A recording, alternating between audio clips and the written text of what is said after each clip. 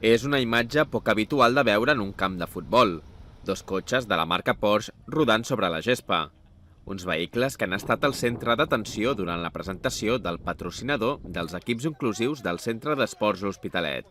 Des de l'inici de temporada, els nois de la secció de futbol adaptat a persones amb discapacitat intel·lectual llueixen a la samarreta el logotip del Centre Porsche de Barcelona, que té el seu concessionari al polígon Pedrosa de l'Hospitalet.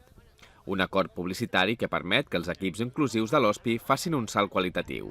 En el món de l'esport inclusiu hi ha molt a fer encara perquè hi ha moltes coses que s'han de canviar, no? I aquests canvis sí que necessiten d'una injecció de diners important, no?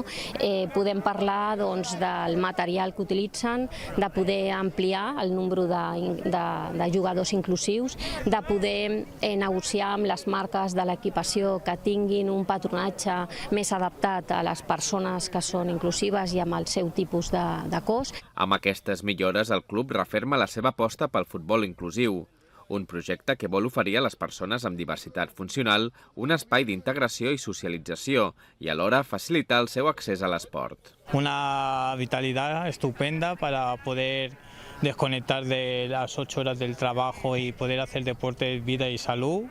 Y la verdad que aparte nos aporta a conocer nueva gente y la verdad que espero estar aquí mucho tiempo y seguir disfrutando del ambiente y del cuerpo técnico que hay y de toda la gente que nos apoya. Estan en una entitat gran on hi ha tot tipus de persones amb totes les capacitats, o sigui, aquí no es fa diferències, no, d'unes capacitats o altres. Hi ha que donar-los oportunitats, que disfrutin i que vegin que formen part del món social i això li dona, entenc jo, una alegria de viure que és per lo que estem i aconseguir que els nois s'ho passin bé amb l'esport i també es trobin més integrats amb el món.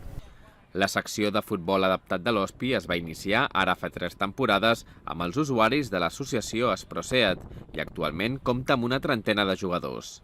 El següent objectiu del club és crear un equip inclusiu femení.